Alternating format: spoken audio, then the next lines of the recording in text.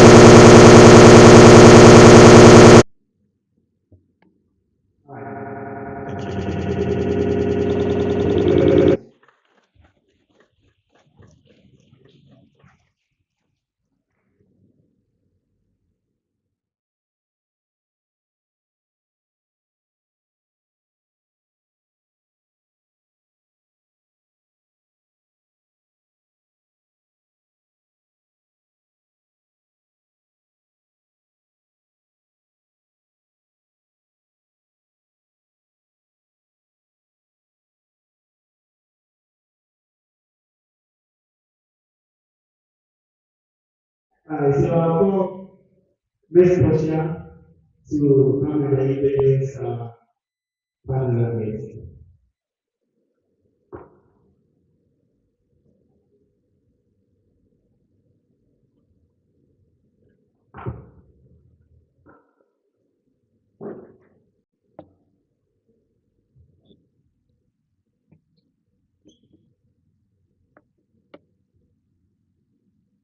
Okay, so we've gotten to an important section of this conference. I guess we'll be sitting for too long, so I want us to be on our feet for some seconds. We stretch out and then we continue. Let's be on our feet.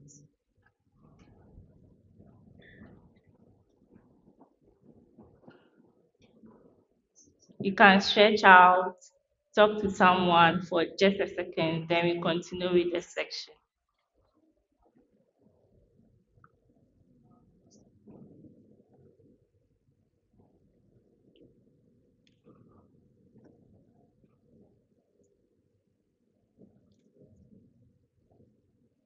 Okay,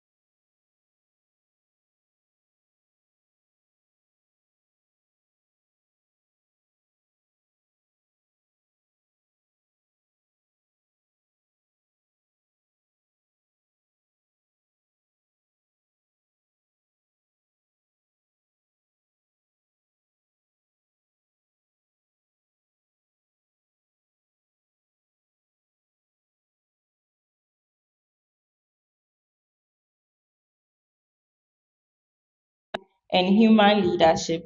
She plays a key role in driving organizational success. She has held significant initiatives such as the Exploration Preferred Change House project for Asanko Gold Mines. Without much ado, let's welcome and with our hands together, let's welcome Madam Nana Ama Dapatem.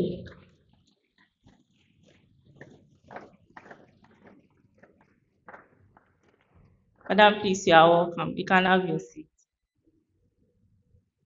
Next on my list, he is also a very powerful man. This is my first time having an encounter with him, and I hope it will be a success. Okay, so he is a seasoned development planner and community affairs professional with extensive experience in stakeholder engagement, sustainable development, and public sector collaboration. Currently serving as the senior community affairs officer at Aboso Goldfields Limited, Damine Mine. He leads community development initiatives, including environmental reclamation, youth empowerment, and infrastructure planning. He holds a degree in development planning from Kwame Nkrumah University of Science and Technology, where he also conducted research on mining-induced resettlement and slum economics. He previously worked with the Takwa Insaye Municipal Assembly, and he led impactful initiatives. He shares insights on platforms like LinkedIn, ResearchGate, and Twitter, promoting sustainable practice and community well-being within Ghana's mining sector. With our hands together, let's welcome Mr. Eric Doe Akwe. Sorry for mentioning your name wrongly. Please, you are welcome. You can have your seat. Next on my list,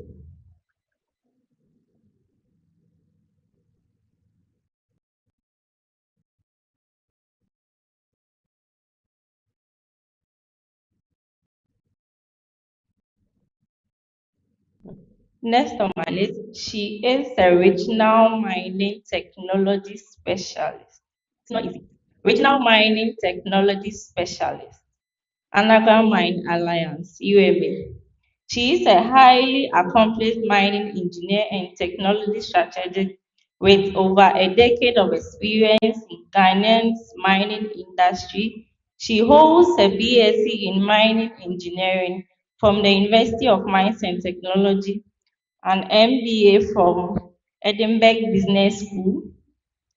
Her career began with internship with GMC and Minerals Commission.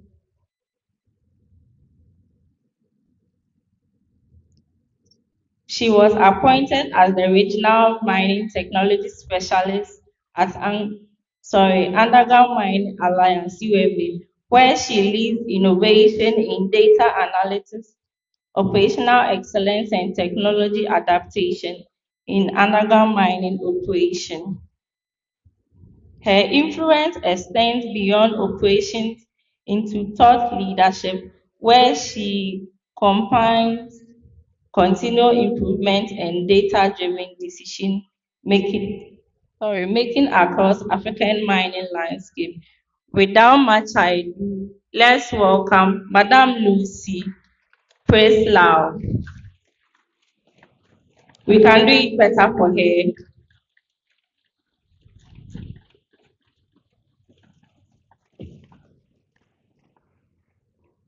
Madam, please, you are welcome. You can have your seat.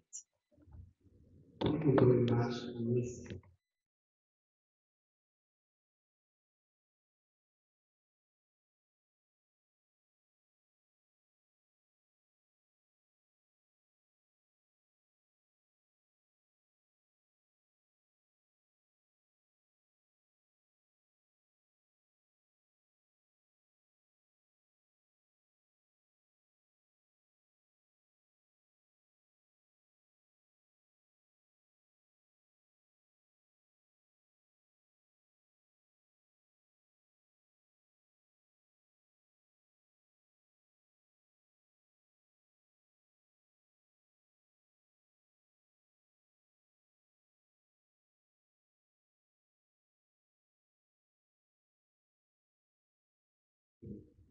Thank you.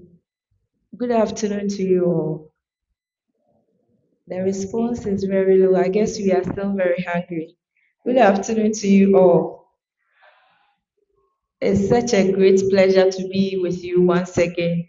I think I was here on March for the University of Maths and Technology Student Chapter seminar, and it was a great one. I applaud the sponsors, I applaud the organizers, and everyone who has contributed to the success of this program.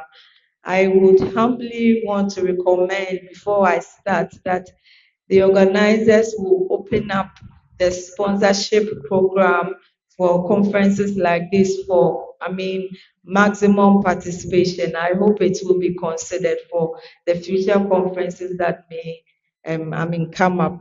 Thank you very much. The topic is accelerating the development of the young professional, the role of the industry players and mentorship. I think that most of the points have been raised by our GM from Adamus Resources, but I want to highlight on having a growth mindset as a young professional.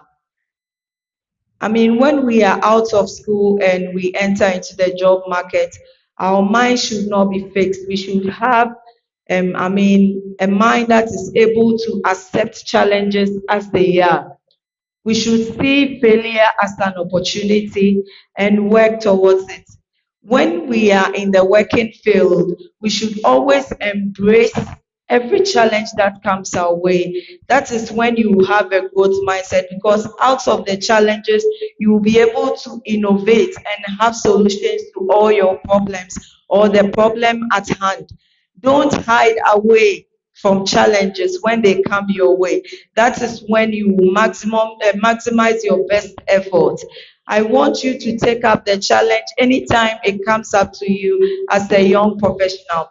Usually, when you are on the job front and these things come to you, when you are faced with these challenges, what are the best things that you have to do? You have to think outside the box. That is when you become innovative enough. Don't be straitjacketed that this is the only way, and once this is the only way, I cannot find any challenge to it. You have to challenge your own self that you find a solution to the problem. That is what will make you stand out in the job field. You have to always turn your challenges into solutions. And I think that you should also take up leadership roles. Leadership roles. You should be able to lead teams. Any task that you are given, you should be able to undertake it. If you cannot lead the team, be part of the team and still contribute.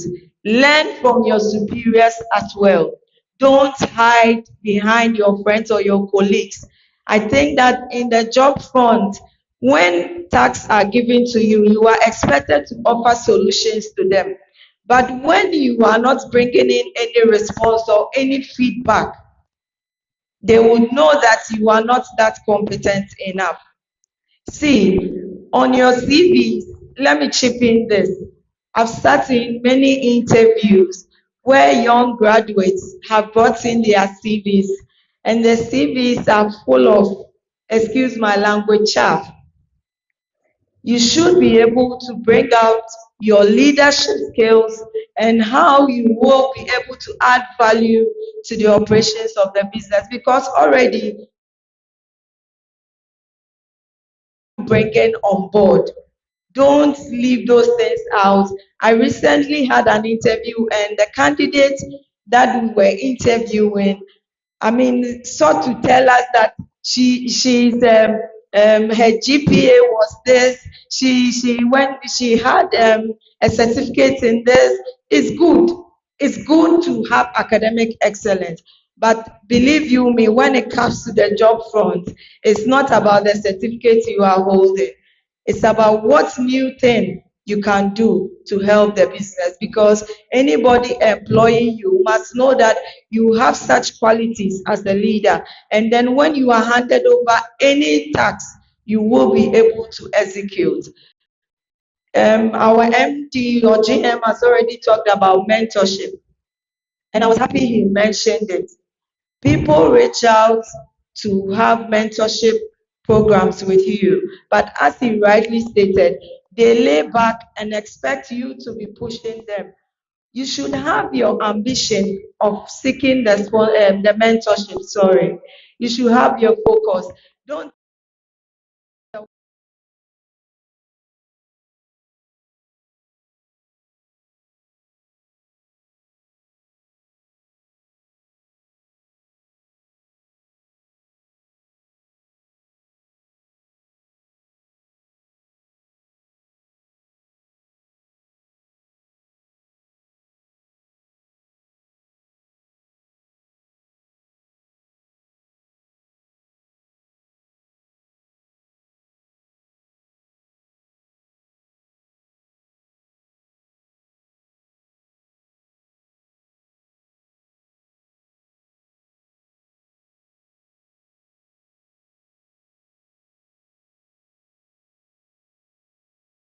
the times you have to call. Your mentor, you should know that are very busy people and don't have most of the time to attend to calls, as you rightly said.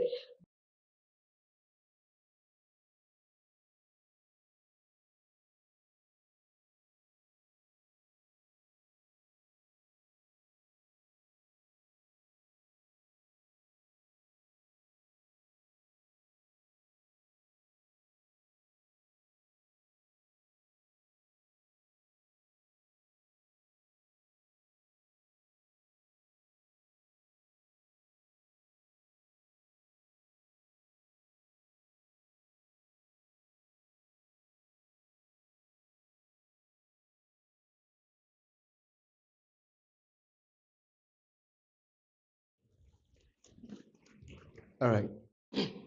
Sorry, thank you very much. And to the organizers of YM, I say congratulations. In fact, this topic, I believe, is not new to us. This has long existed. And as young professionals, I believe that we are gradually learning to know what we need to do to take advantage of the existing industry professionals. If you look at the topic, it is actually asking us to speak the role of the industry professional. But if you listen to what Madam just spoke about, it is now turning to be the reverse. From the operation, sorry, the general manager also spoke about it, the role of the student, the role of young professionals. And I believe that that is what we need to discuss at this point. When I received the message, I began thinking, going through what to talk about. What I wanted to discuss were four for the role of industry professional. One is about, exposing students to real life or real world situations. Also, increasing visibility and accessibility. Increasing visibility, accessibility is about the internships, about creating platforms to discuss these things. And this is exactly what we are doing. I would say the missing component now is coaching the young ones on the soft skills. Our lecturers are doing a great job. Technically, we are being trained. The soft skills, how are we managing emotional intelligence, our emotions? How are we managing conflict as young ones? Permit me to give two stories at this point. One seemed to be a positive one seemed to be on the other side, and I believe that at the end of it, we will draw some lessons. So I know of a young guy or person who read business at the SHS level. Fast forward, he completed SHS, got some good grades, and was thinking of the program to read in the university. If you would believe me, and if you'd all agree, at these levels, the SHS levels, most of our drive are kind of our energies are driven by what our colleagues intend to do. So right after SS, we begin to ask our colleagues,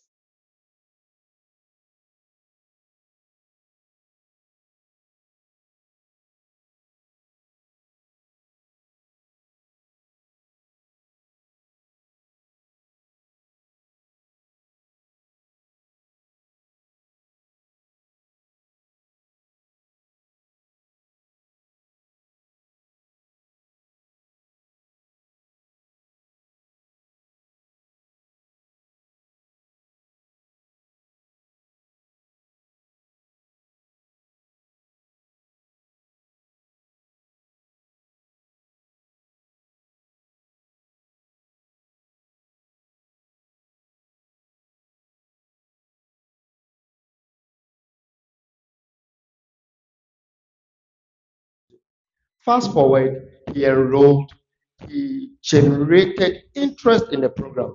Right after school, or let me say, even in the course of schooling, he began investigating.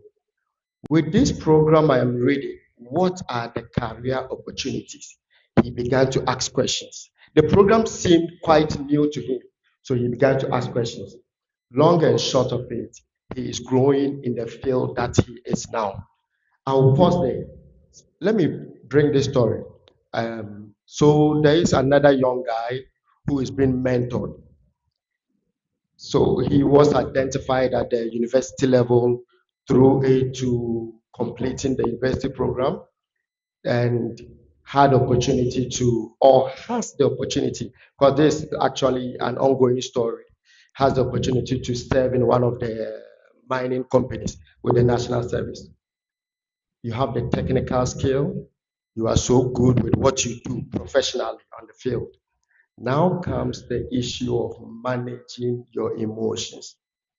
Couple of days to a week ago, I was confronted with a situation where he had to physically engage a colleague at work, a national service person engaging a senior colleague at work, and it became physical.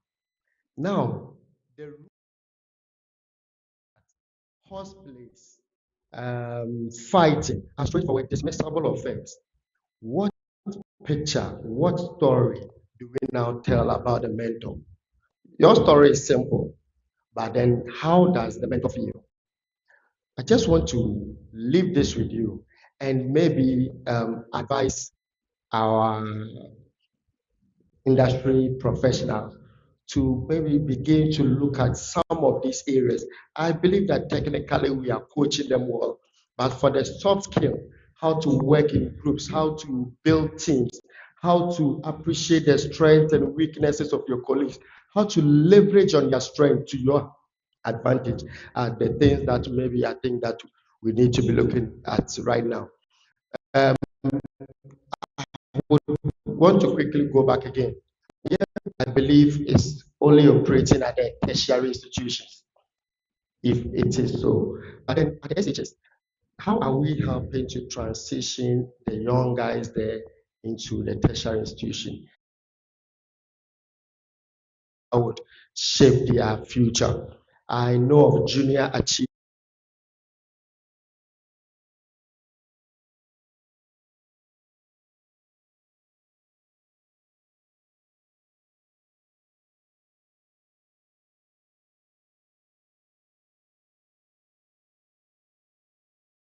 of the SHS, but then how to transition the young ones into the tertiary institution, especially the engineering institutions like UMAT. I believe that we can have a good collaboration with them. Whilst they are training them there, we begin to also look at how we pick them from that level into our tertiary institutions and guide them through that stage. Thank you very much, and I'll end here.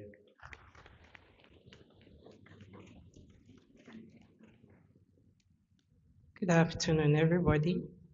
It's an honor to be back home. I left the walls of this institution 11 years ago, and I'm glad to be back to talk on mentorship. My first mentor in the industry is here with me in the house. She's Engineer Ruth Mens. She started mentoring me when I was in second year and I interned at GMC. So I will share my personal mentorship journey with you and hope you pick some practical lessons from it. 14 years ago, I walked through the doors of GMC to do an attachment. And when I went in, I met a senior. She was called Engineer Ruth. She was a mining engineer and she had graduated from the University of Mines and Technology. My relationship with her didn't begin as a mentor-mentee relationship. It began like having a big sister in the industry that you think you can rely on, confide in, and ask her questions for her to answer you. That was how my journey started with her. And she has been with me throughout this period. This is my 12th year in the industry. In the industry, this is how mentorship looks like. except in the last few years where we have reverse mentorship, where officially structures have been put in place and juniors can mentor senior leadership on the use of AI and technology, and senior leadership can do a reverse and mentor young people in leadership and soft skills. But beyond that, in real world and in the industry, mentorship is you being given the opportunity to express your idea or to speak up in toolbox meeting. That is it. You contributing in a meeting, looking at the numbers and looking at the outliers and speaking about it. That is how it begins. And by doing that, by they giving you these smaller opportunities and you taking them and proving that you can be reliable and you can be dependable, they tend to trust you with more. Today, my role is regional mining technology specialist. When I left the walls of this institution, many owner mining companies did not have this role. To talk of a contract mining company like Parenti or Underground Mining Alliance, I didn't know how I was fitting. I have two men prepare me for a role that I am in because they also didn't know what role I will land in. However, they prepared me to be a team player. They prepared me to speak up. They prepared me to ask the right questions at the right time. They prepared me to put myself out there and be visible. Okay, you may feel you want to do something, but your colleagues and your seniors around you cannot read feelings. So you need to speak up. If you want the chance, if you want to be given the opportunity to excel, you need to speak up. You need to show the interest. And then, for all you know, somebody will say a yes to it. Begin with the small little things that nobody is paying attention to in your circle.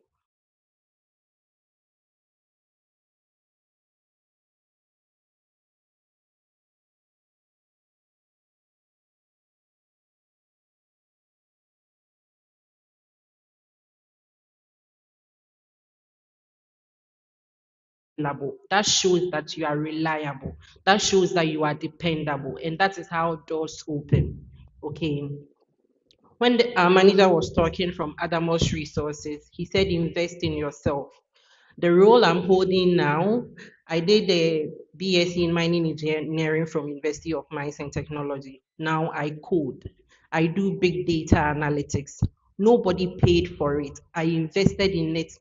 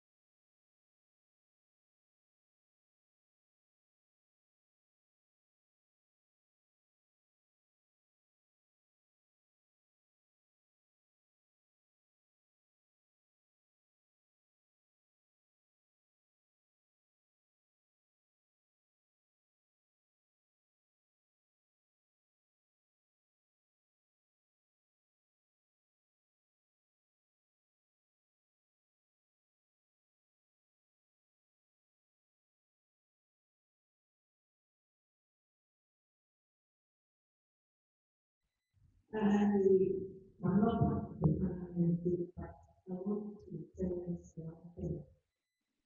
I think when you were talking, some people are talking about emotional intelligence. Let's take failure. When we fail in something, it's very difficult to be able to come out of that failure. I always advise the best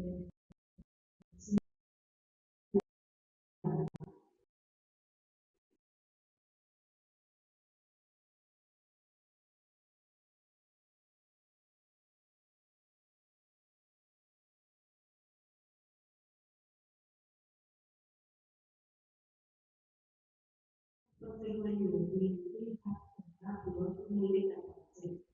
So you went the long way. When you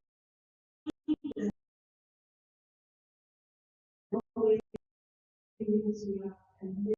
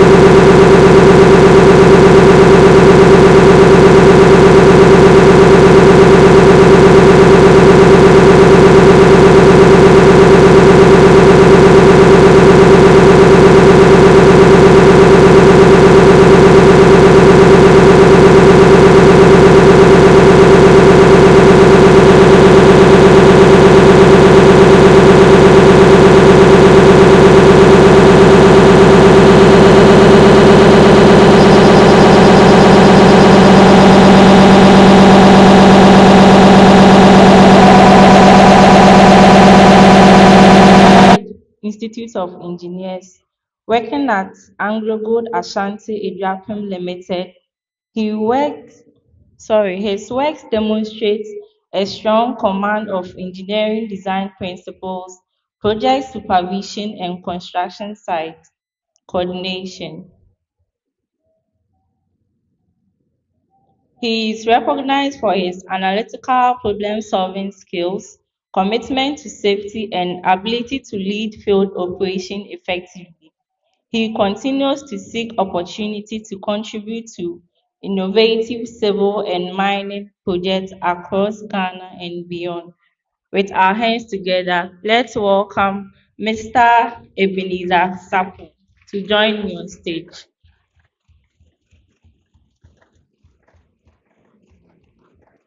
Please, you are welcome.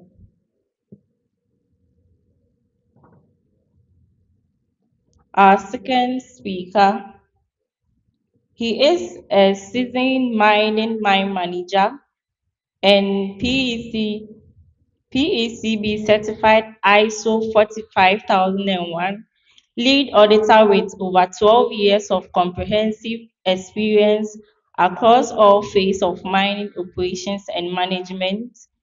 He has successfully led and collaborated with disciplinary team on a wide range of high-impact projects at leading mining company sites across West Africa. He holds an MPhil in mining engineering with a focus on AI and technology application in the industry. He is a certified senior mine official by the Minerals Commission of Ghana and a professional member of both the Australian Institute of Mining and Metallurgy and West African Institute of Mining, Metallurgy and Petroleum. With a hand of applause, let's welcome Mr. Kofi Owusu Ahemfo to join me on stage. He is currently the Group General Manager for Quantum Limited. Please, you are welcome.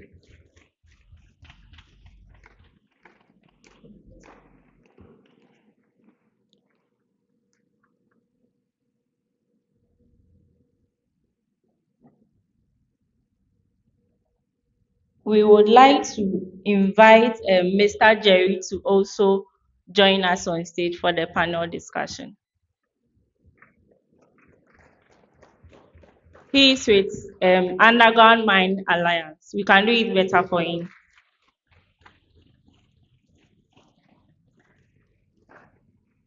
Please, you are welcome.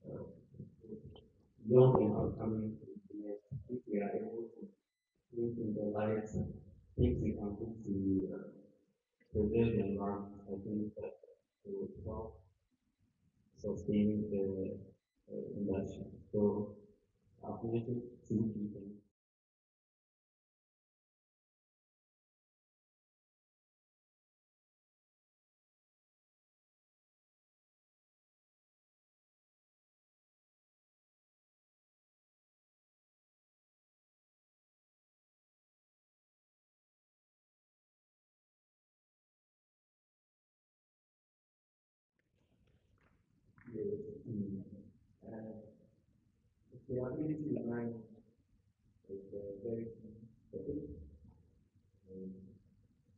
Direct economy is also part of the mining industry part to offer the pillars of the economy as well. Including mining,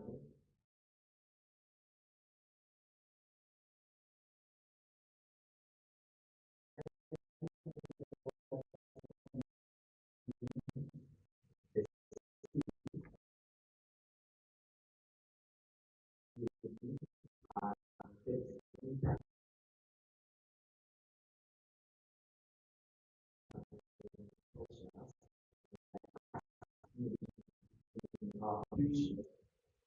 The council is pressure on this they are coming to most extent, they are coming to people with pressure on this, they are coming to people who are asked to do the make an impact and get change in what the people do now have. You will recall that in the previous discussion, someone during our question how to present yourself or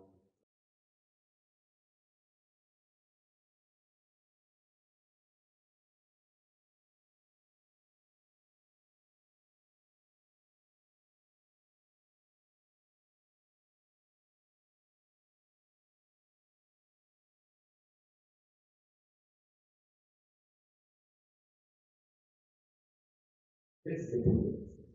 The problem is that the problem side or in the is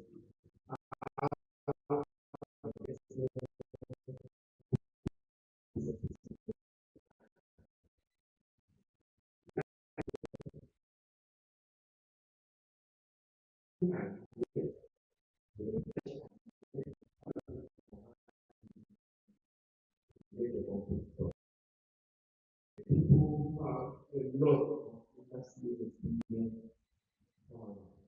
uniform that sometimes for us they are used to the normal way for my time in the university we were not taught how to do we were not taught how to we are not if you come to the industry with you are trying to scale with fresh training full of the industry professionals are hired already.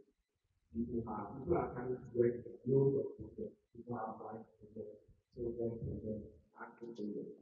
You have you come with a monthly on and you come with something using projects.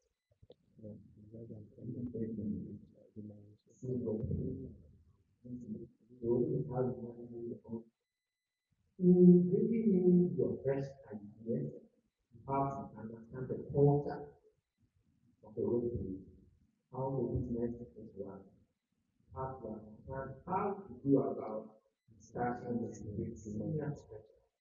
You have to know how to base your role in ensuring that the community stays and that you are giving the necessary support. When you come into the industry with fresh ideas, you have to be able to work closely with the back.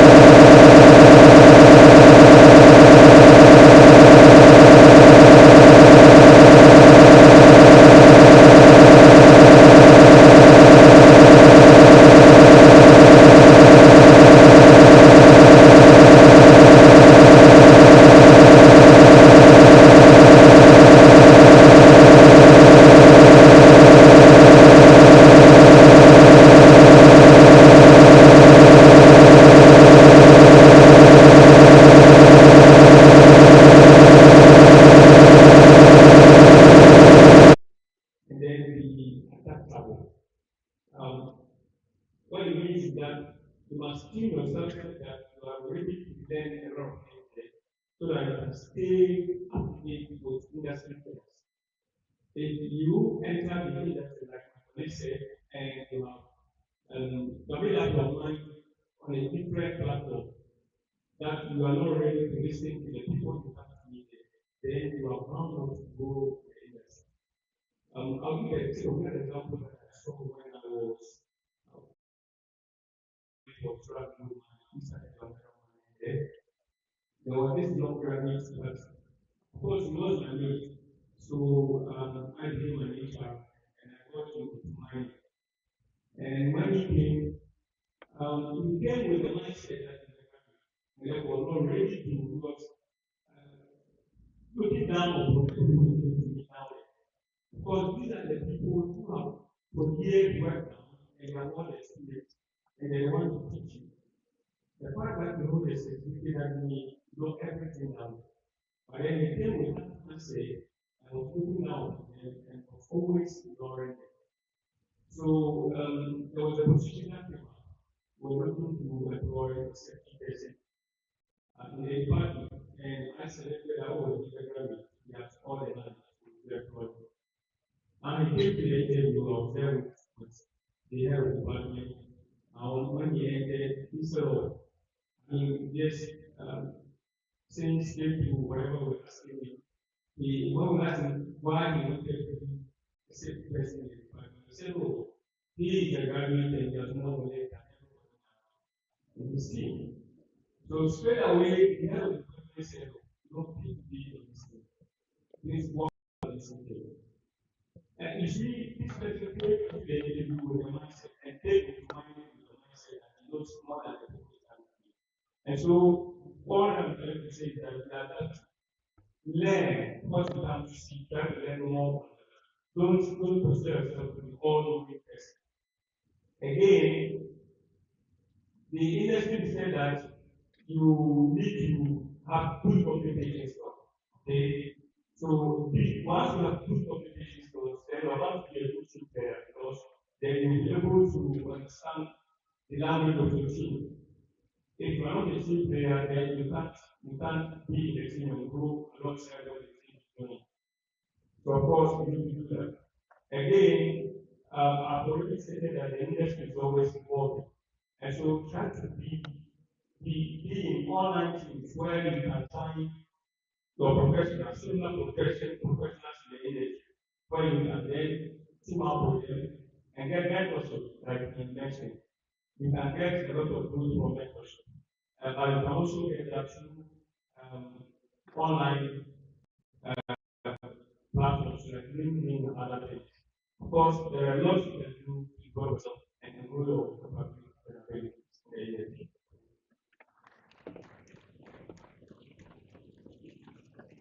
Thank you, speakers. Thank you, speakers.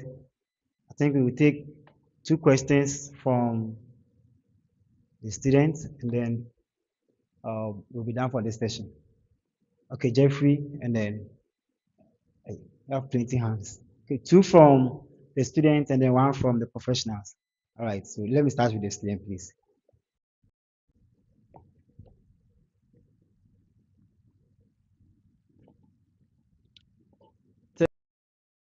Thank you for such a wonderful presentation. I really appreciate the second panel's discussion because it aligns a little with whatever I've said so far. So this is not more of a question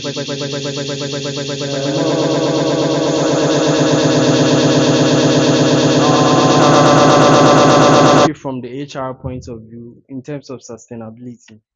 We, the UMAT project team, will be taking it on the point of environmental sustainability. So we here, we've taken it upon ourselves to be eco-friendly. We are going to be eco-friendly. This she's in the environmental department, mining, petroleum, and also minerals. So this is what we are doing. We are calculating the carbon emissions in the school as it stands now. And someone will say it's not much of a big project, but then this is where we want to start from. And also, I think from the ground roots, because most of the time about sustainability, and honestly, people don't really understand it. Thank you very much. I appreciate what you guys. Thank you. Um, yeah, Yes, so it's a very good point. And from a industry point of view, this is exactly what is about. Nothing is more. Kudos to you and your team. We hope that one day you can make progress that what people that you started here in the campus and become something big for other people to be able to do. Yes. Mine will just be a contribution. I think with regards to what you're discussing now, one thing we need to look at is the fact that there's a difference between the corporate world and academia. Students as we are very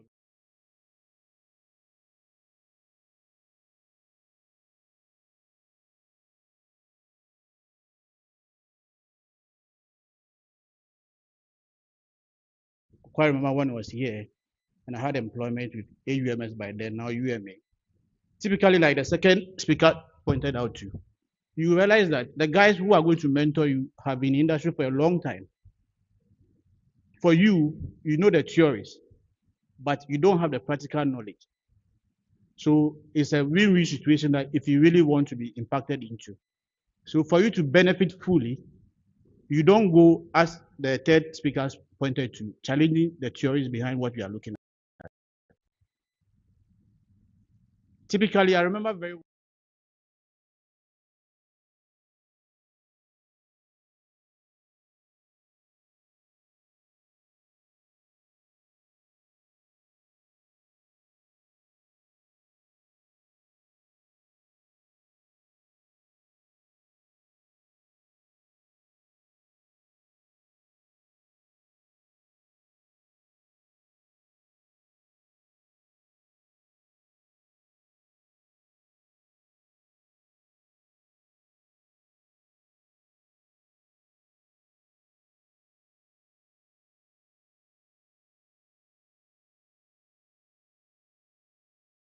him, but he doesn't know the principles behind it. So if you really want to succeed, because of the generational gap, you have the innovation. He has the expertise. To blend the two, you have to be submissive. But if you go around carrying your weight, I mean, an engineer, I have BSc in mining, MSc in mining, PhD in mining, whatever. What they typically would do is the fact that do something which is very key, they will quickly send you. Okay,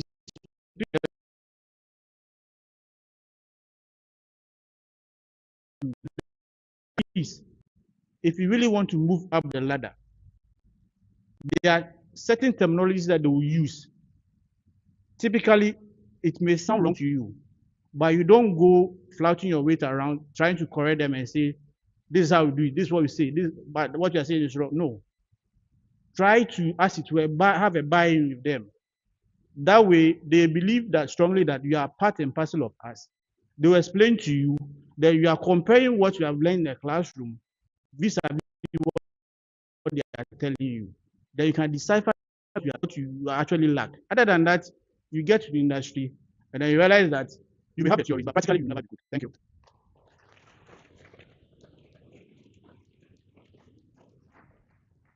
thank you, sir. Yeah, just as something to what you said. Like we have just mentioned, in our industry, it is basically what you bring onto the table, your approach, intelligence, who you are. It's not about, most of the time, it's not about the certificate holds. I'm in the same company with him, and you know, most of these companies that come down, do not come down with very high certificates. But then practically, they know what to. When they get down there, every noise they hear from the rock, they know what is happening. I remember years back, we had somebody, a mechanical person, who would come and just stand by the machine, listen to the sound of the machine, and know what is really happening in the machine. Apparently, we never had any special education, and he was an expert. So this is the way they learn. We have practice according to them. They'll take this to them. They'll go through every process in mind. It doesn't matter whether you come to the industry with an MS,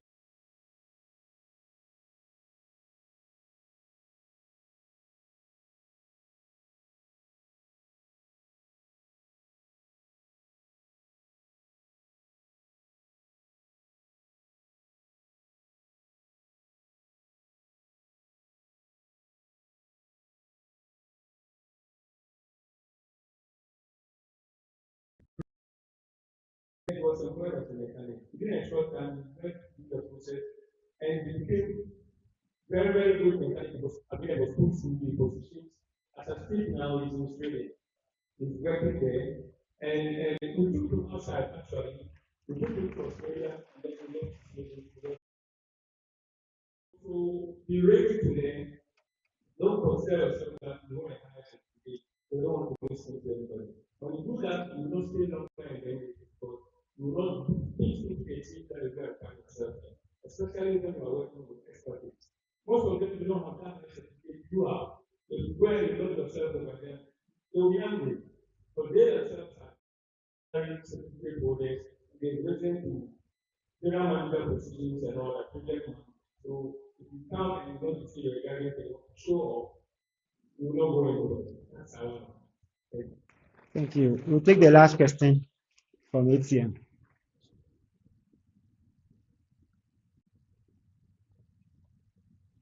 All right, thank you so much. Um, you've said a lot. And then in as much as we are trying to fit into the system, I believe that we can also shift the conversation to the safety aspects.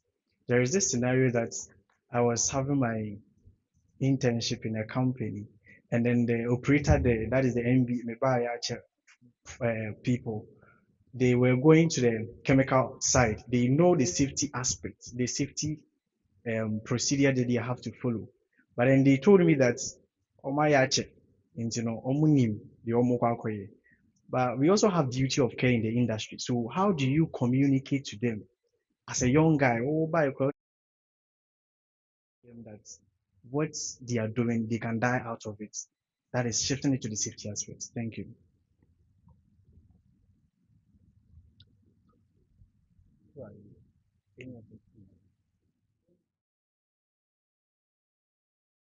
I think the other thing I can say about that is that look, safety is paramount for everyone. And it's paramount to manual operation because if there's no good safety practices, look at the kind of open machinery that were around, there will be fatality every day. As a young graduate into the industry, of course, you observe certain things that the environment there's a nice way of doing it. You don't go shouting at them and telling them just go wrong. You need to talk to them out to let them know the implications of what they are doing. If you do it in a nice way, they will understand you than to shout them and let them feel they are nobody. They will not listen to you. So it's very important. In what we say every day, you are very simple. So you don't see things that are dangerous and dangerous. I mean, you can chat for not being proactive yourself. So it is everybody's responsibility to make sure that people do not get into danger. And so, like I said, if you see anything that is not safe, find a nice way of going about it and talking to people out of it. But I'm not shouting on them and making them feel they don't have sense at all. That one, people will not listen to you.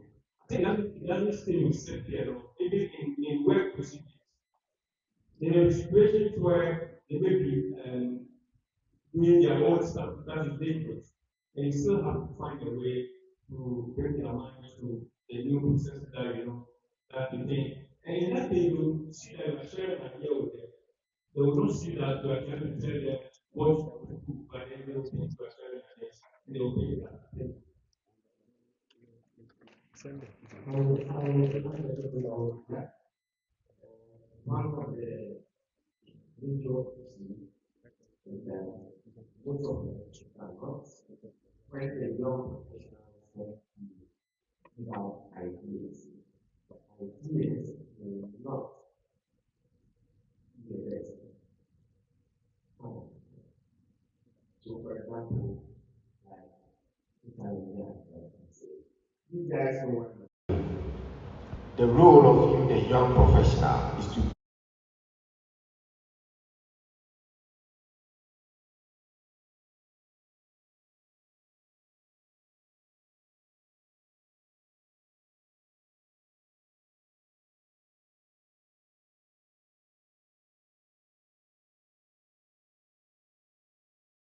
no matter of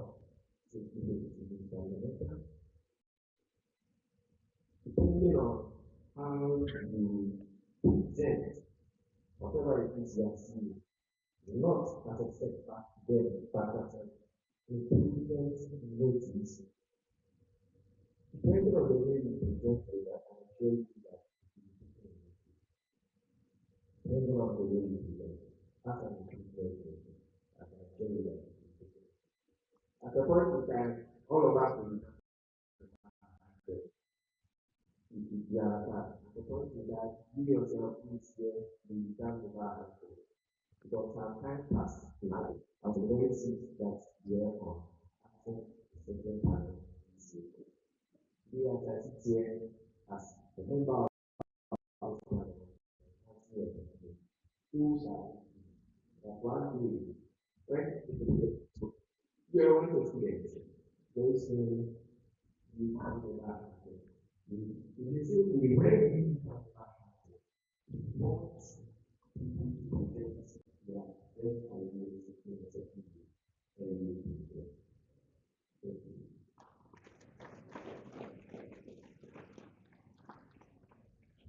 That was a great insight shared by our panelists on the topic, the role of the young professional towards sustainability of the mining, oil and gas industry. Let's put our hands together.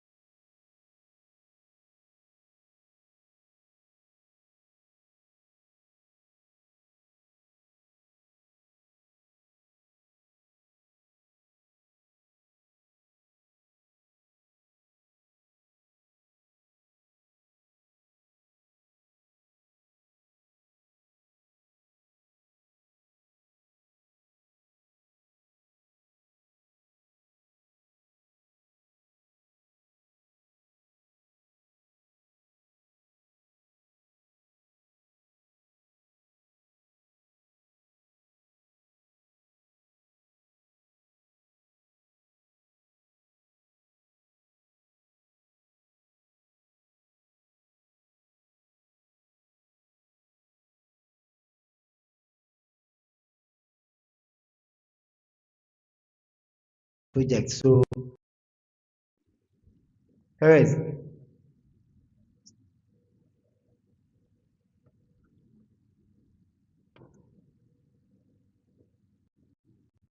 please, you have to send your documents to the technical guy over there. Okay, the presenters, the project presenters. Can you send your documents to the technical guys over there? Ms. Portia, take over, please. Thank you so much, Mr. MC. We've gotten to the last.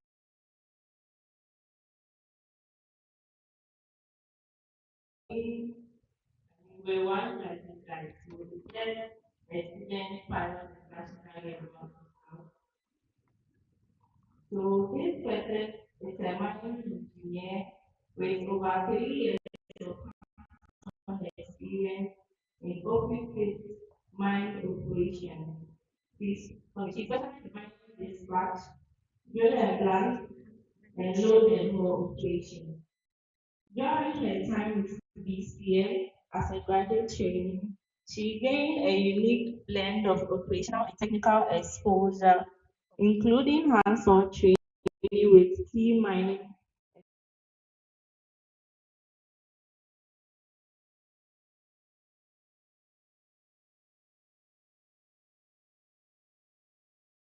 honored her leadership, communication, and collaboration skills by serving as a safety representative and taking on operational.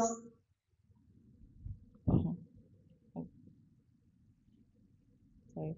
Beyond her technical contribution, she is committed to mentoring and empowering the next generation through.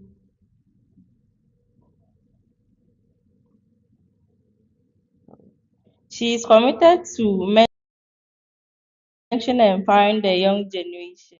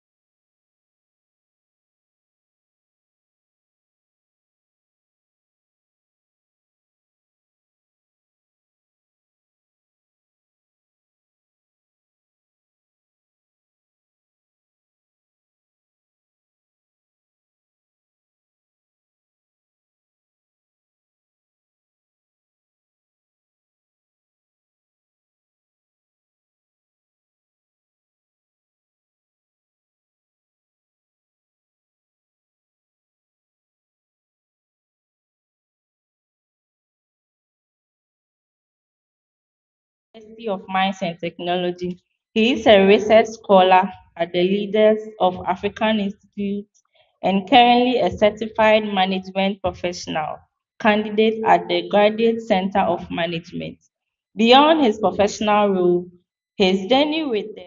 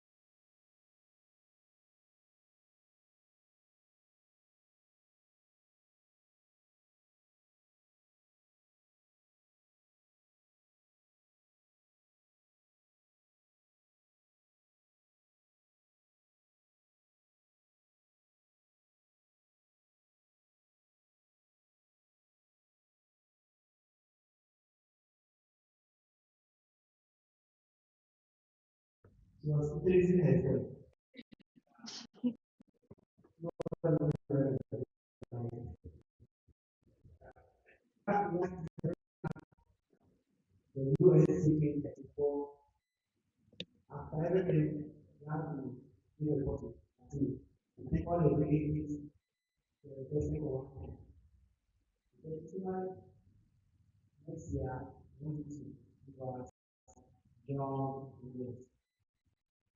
Engineers who have been in for 3 years, 4 years, maybe a year, because they are us. They really understand us. And today, we have them here.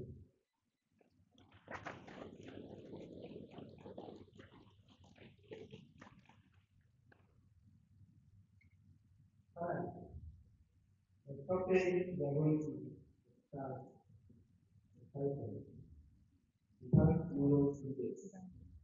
Two of the WAIMM students, the important innovation, impact and innovation. I repeat, we have tomorrow's students. Two of the WAIMM students, important innovation, impact and innovation. So, what do you mean? Thank you very much. Good evening, everyone.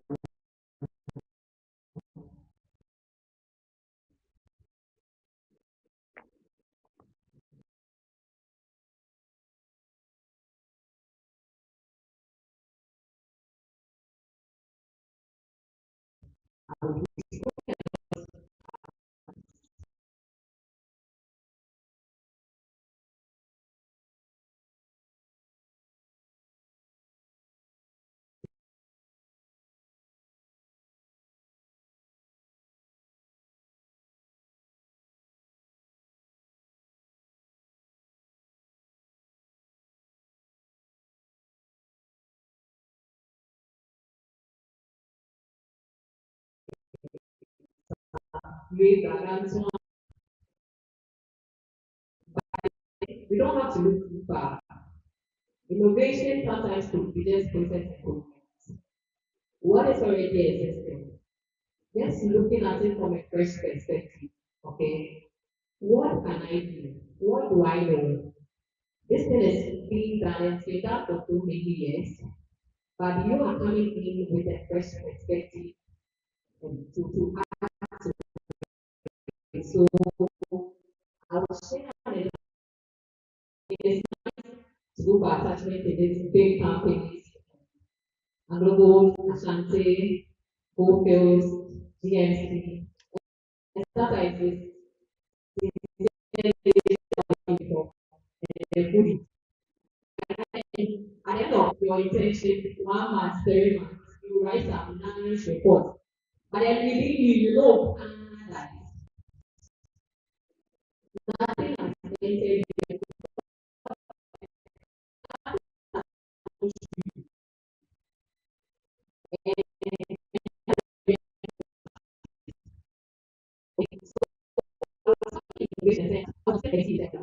she doesn't know, she hasn't had the opportunity to go to this industry. And I was advising that whenever she gets the opportunity to have an attachment or a potential, she should maximize it. Maximize it in which way? While she's on the field, it is operation, she should be trying to, she should have an analytical outlook. What can be done differently? They are doing this, yes, I know they are doing this, but how am I able to measure what I am reading? The many theories I am reading, how am I able to measure it with what I'm seeing on the ground? That opens up your mind to see, okay, they are doing it this way. I think we can bring this in. Sometimes you suggest it as we can bring it on board. As it was mentioned earlier, bring two boxes. It was one thing I think, three national service. Um, I would go, I mean, operations and attending the supervisors, and then I would see something, and I would be wondering. So doing two boxes, it's a safety topic with our managers there, and one will be leading, and then I'll ask a question. Because I don't know, not using a phone, and I ask this personally. What if some of our supervisors on the go, they have to pick their phone, and some of them sincerely they will not pass at the same place and will pick their phone. So how do we manage it? And it was from there one manager saw me and started calling me supervisor, supervisor. Why? Because I'm trying to challenge things. Why are things done this way? He said it's supposed to be done this way. But why are they doing this? What do better. So I was attracting this mentee to always have that outlook, not just and formulate some reports, copy and paste. No, you should, and that will give you that basis to be like a good researcher. You're always looking for ways to improve your process. And when you come back to campus, you can use that as a topic you can work on. So, and that is on the innovation part. And on impact, you should really desire to contribute to your team. It should not be that, oh, make a national what are someone capacity. They will come from some of these things, looking out for the things that can be done differently. And in a way, you can this, I mean, I was always giving suggestions. There was this that was asking question. Do you get me? Yeah, so innovation, it doesn't have to be anything quick. It doesn't have something around you. Oh, maybe how is life going about publicity? What can be done differently? It has to start from now. It has to start from now. You shouldn't wait to get to the industry to develop an analytical mindset or skill. It starts from now. Our day-to-day activities. What can we do? You ask yourself, what can we do as a YM to contribute to the way things are done? If it's membership, you have some skill set you can use. That is how we build these things. So that's the I'm saying.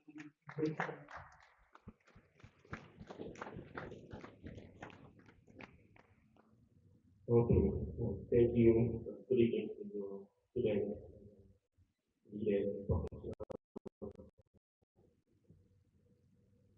Um, so I've got my voice and I'll share some random from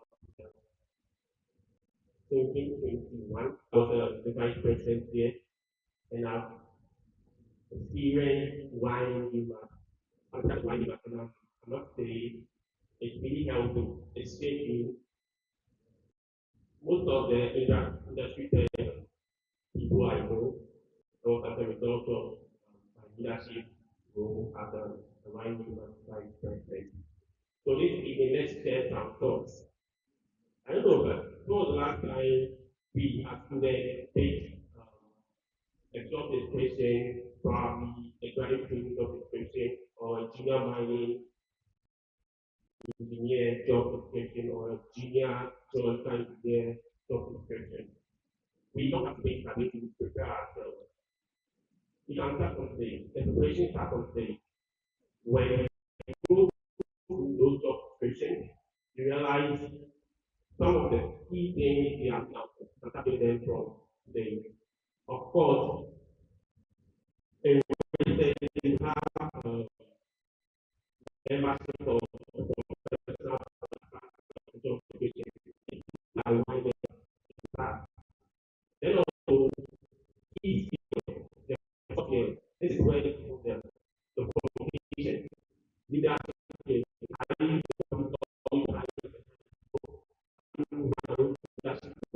by the time of the issue presentation, are you hiding behind the vocal one, or you are showing up and owning up, accepting that you need to work on that skill, or you are always in the shadows and letting the people or other people take the spotlight? These are the kind of questions we should be asking ourselves right from level 100, 200, 300. We start building it up. We are not the leaders of tomorrow, we are leaders now. And you should prepare yourself for the resource industry. It starts from the very first day you get to here. The industry knowledge, what you get today is not enough for today or tomorrow. Keep updating yourself on industry training. Why we have get to have wine conferences, wine webinars, seminars. Don't select a few, join, and then leave the rest out. Participate, ask questions. Behavior. Students talk about innovation. Innovation starts from behavior. You have to ask the right question. How can we change it? What can we do differently? That's where innovation starts from. All right. So let's challenge that. Also, we can, the previous videos have spoken more about mentorship. We need about mentor, the mentor for Christ, the mentor for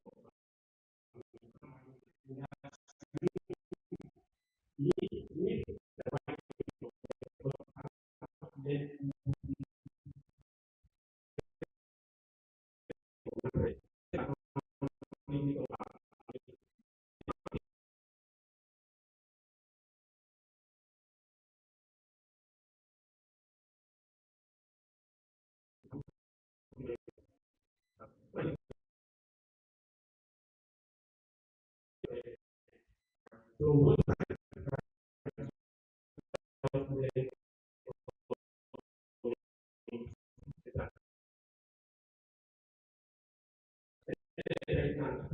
what we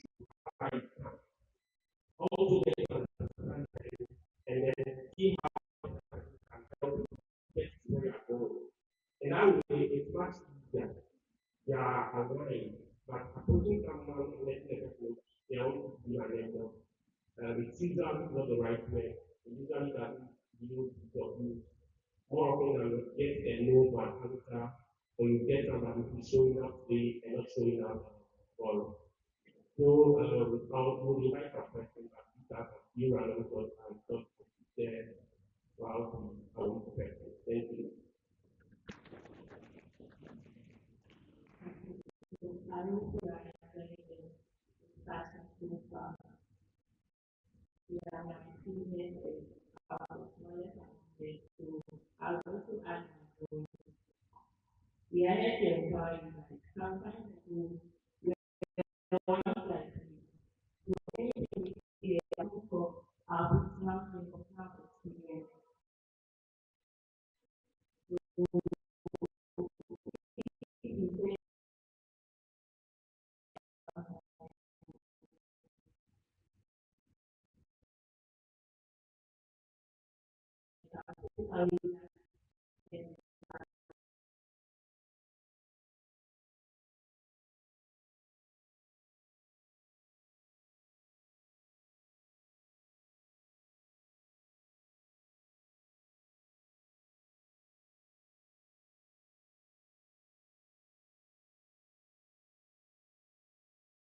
Our ones like this is not a waiting room for you. Neither is it a waiting room for you. But then the real life fact now, like you said, you don't have to wait for someone to come and tell you. For my personal experience, I remember somewhere level 200. I'm not like I don't want to mentor he fears certain lessons. I don't want to mentor but if you don't need that one. He saw I don't know what he saw, but then he got close to me, coming to the part of mine. First, I thought there should be a member. He was part of the when you're outside. And the idea thing on that day. But for me, I thought I really, yeah, I think something that's why I always wanting to like, I would say, if there is what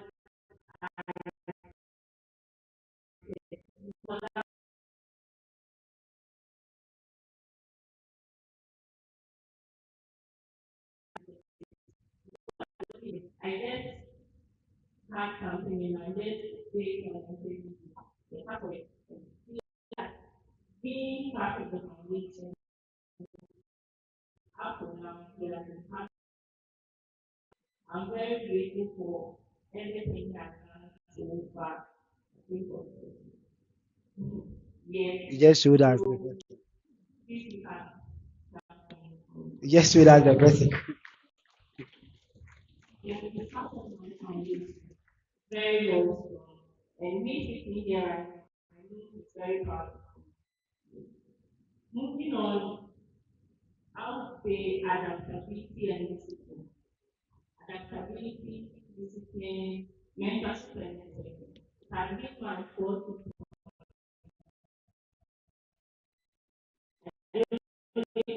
right? My boss is here, manager, right? I know he wasn't looking at me because he had never seen me looking at like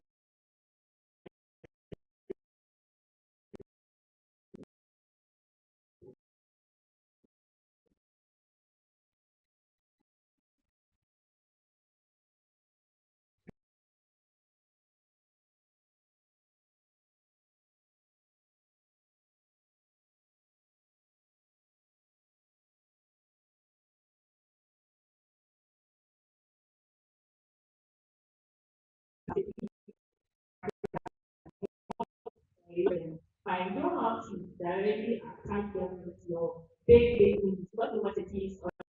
You don't have to attack them with your news, but the one you have I go, I take the safety test, the fact that we have to take I discuss it with them, they are level, for them to know that I'm part of that, yes, we are doing the work.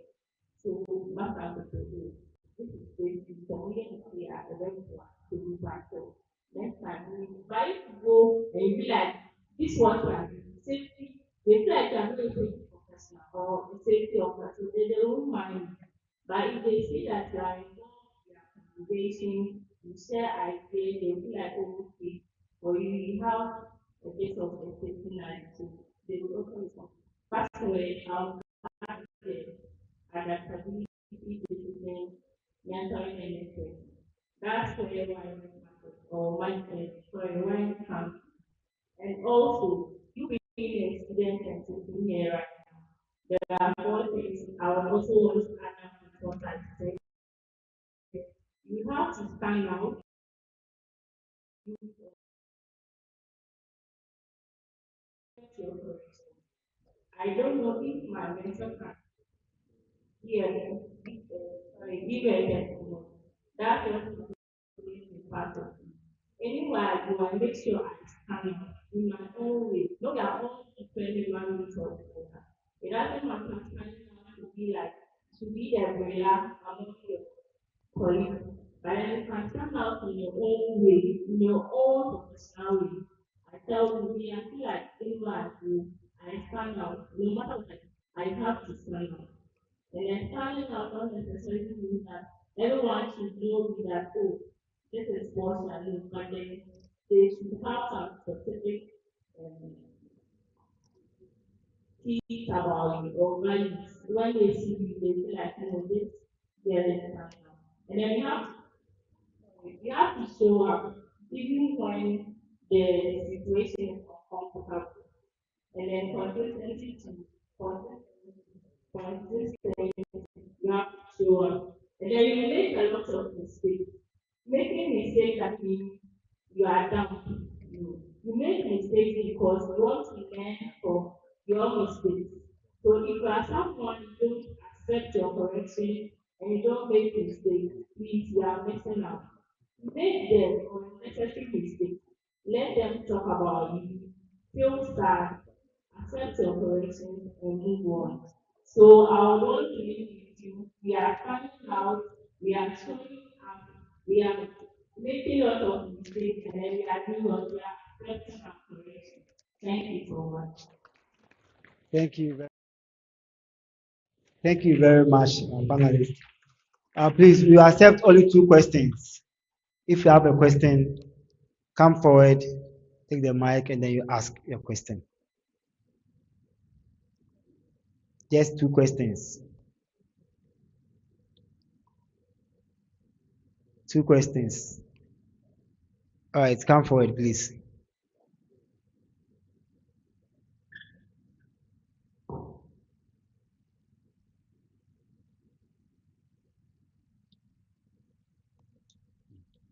Okay, so I'm Oliver. I want to ask a question about innovation you're talking about. So let's say you are it's not been long since you went into the industry. So let's say I've identified a problem. And I keep on identifying problems and then I've written them down. I've had a lot of research. I'm trying to find innovative ideas about it. And then by God's grace, let's say I found those solutions. But then I'm not yet into the mining industry. So assuming, okay, I get a job right after school. I had already identified the problem within school, not on the field.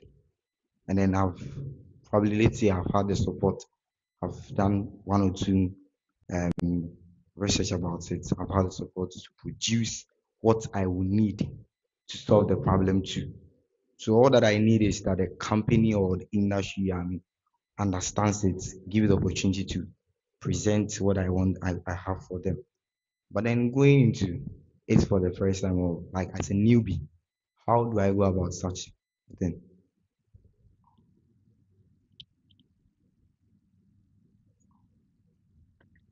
Okay, thank you very much for your question. Okay, my name is Yusuf Ziad, a student of UMAT, Isikado campus. Okay, getting to the latter part of your submission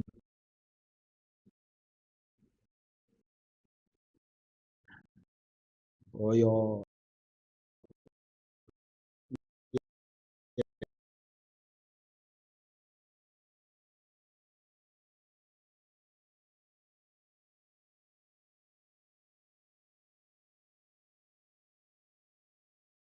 page us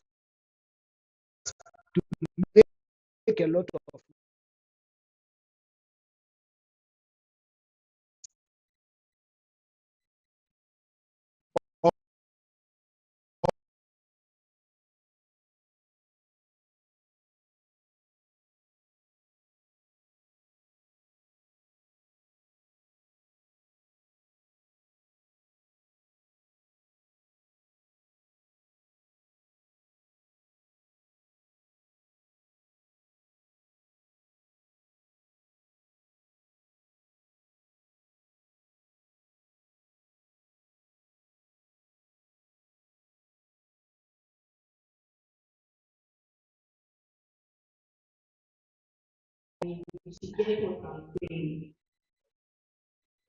no problem. You mentioned that you are a graduate trainee.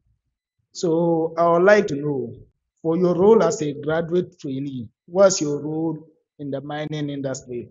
And what does graduate training actually entails? If you could elaborate on that. Okay. Thank you very much. Okay, so for graduate training at Anglo National Club Mastermind, what we do is that they will take you through all the sections of the site. You make sure you go through all the sections, and at the end of the month, when you amount to complete your service, they would judge you per your strength, where you are good at. That's where they would make sure you have that expert there. So currently myself, I'm the control engineer. That's what they say. My currently they said operational excellence engineer. So you can call me operational excellence engineer. Thank Thank you very much. Please, I would like to ask that generally, as a graduate mining engineer, okay, what are some of the challenges right after school, right after graduation? What are some of the challenges that are not really spoken about to the general people that so with what you are doing currently, moving from one department to department, how well would you say you would determine the very department you want to end up with? Or what are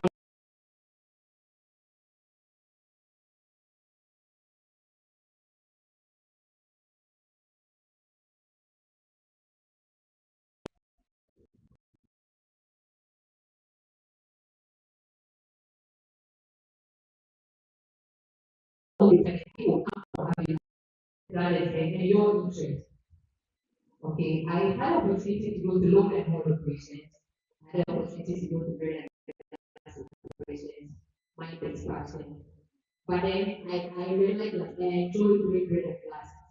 Everything bread and glass, engineering and operations. I got trained on it, drawing. So I enjoy doing that. But that means I'm not paid for what I went to do. I ended my graduate training on my discussion. I'm fit for other roles too, but that is where I find my interest. However, should it be that there is an opening for a mind dispatcher, I would not say that because I will not apply for myself. That's why I ensure that with every session I went to, I put in my best. I learned whatever I needed to learn. So that I will be a well-rounded engineer and I will get the most out of the graduate training program that is given me. So so that I could fit in anywhere. When I get my brilliant glass engineering, I'll be happy. But when I don't, I can fit in anywhere. So I think determinant will come from interest and will come from the available position that I can take. Thank you very much, our young engineers. I think they've done great and they deserve some clap. Right.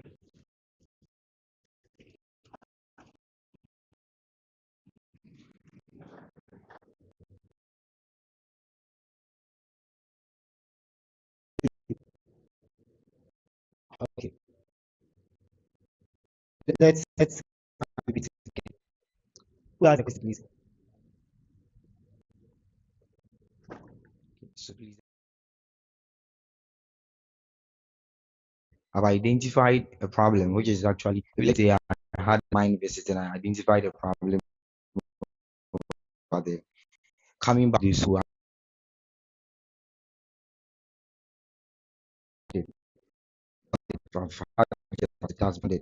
All those things are provided. But then I'm a newbie in the industry, going in for the first time being a newbie. And then the problem is still there. How am I supposed to tackle it? Am I supposed to introduce it? Am I supposed to pass through some channels? What am I supposed to actually do? Okay.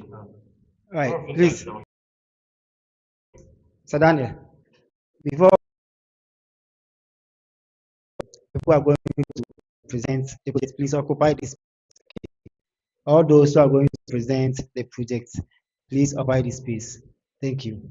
Right, please.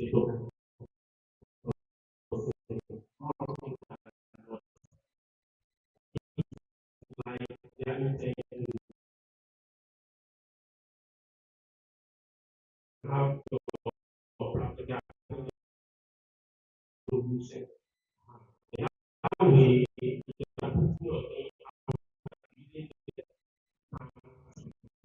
and you get see how we are soon implemented. After before you get your electrical they are internet. So some of these things you can have them as part of you can have them in your cloud and you can bring it out during your content trying to tell yourself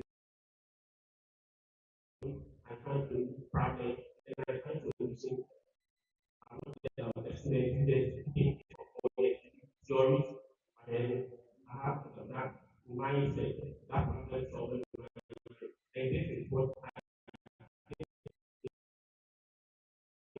intention period let's say your title is that thank you. Thank you very much. I think we are done. So you can take it. I think.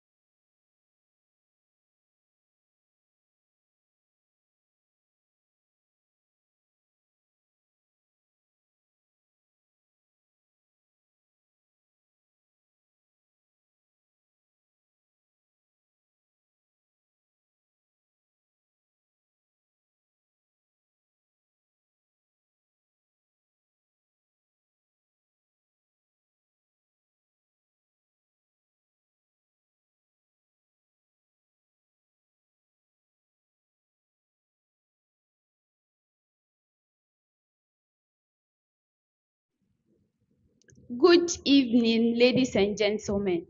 So this presentation is from WAIMM UMAT chapter, the Learning and Research Committee. So as part of this annual conference, we decided to work on a project topic, which is on climate change. And we all know climate change is a very broad topic. So in accordance to the SDG Goal 13, we channeled our research to carbon emission on campus. So we looked at the emission on campus. So we used human campus as the study area, and then focused on vehicular activities, that is the movement of vehicles in and then out of the campuses. So we all know that transportation is a major contributing factor to greenhouse gases emission worldwide. That is why we channeled our research work into carbon dioxide emission on campus here. Okay, so with the methodology, we looked at or we calculated the UMAT annual carbon footprint with emphasis on vehicular movement.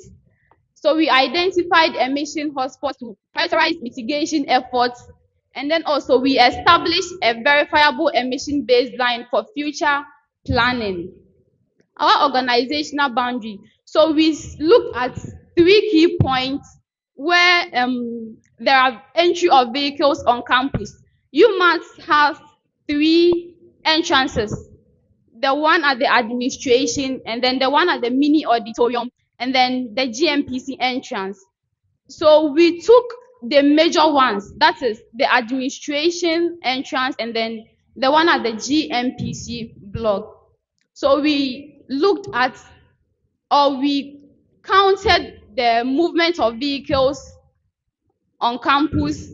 We used a busy day, and with the busy day, that is when we can have access to a majority of the cars that come to campus, and then we channeled our research work on.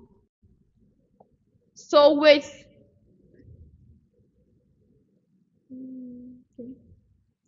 Jeffrey will continue. So with the methodology, we did the data collection as Fatih is talking about. It was for scope 1. Can we please move to scope 1? For scope 1, we did an analysis on the university-owned vehicle fleets. That encompasses of the buses around, garbage trucks around, and other vehicles owned by the school. And for the other scope, we did analysis on the staff vehicles, staff members and their vehicles, students, some of them have vehicles, and motorcycles and other stuff. And with business travel, these are people who come in, they come in and out of the school unaware and mostly on business purposes.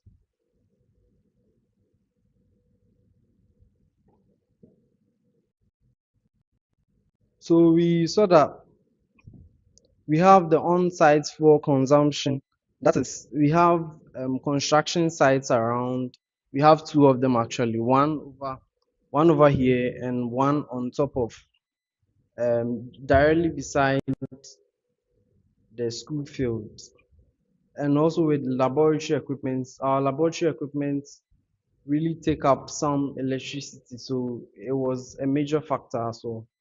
And purchase the electricity. This has to do with the buildings around, blocks around, halls, offices, yeah, and other halls also, hostels. Then emission factor selection and calculation. We converted some of the gases to CO2 gases so that the presentation will be smooth as we want it. With the calculation principle, we used emissions equal to activity data times the emission factor. We have it for diesel and we also have it for petrol as well. So yeah, with a graph. We saw that petrol cars come into the school mostly. We did an analysis of about we had about 500 cars coming in on a daily. And on the daily, petrol cars topped the ranks, followed by diesel cars, buses, motorcycle, and walking and cycling amounts to nothing. So it had nothing. Data analysis, reporting, and hotspots. So we got to know that students and staff commuting had the highest um, emission rates, followed by the electricity consumption by the school, the university fleets, generators, business travel, and the other made up to 3%. And on the daily, private vehicles amounted to the higher, if you have to check from the graph, about 320 thereabouts, followed by motorcycles. It's actually not in order actually. Motorcycles,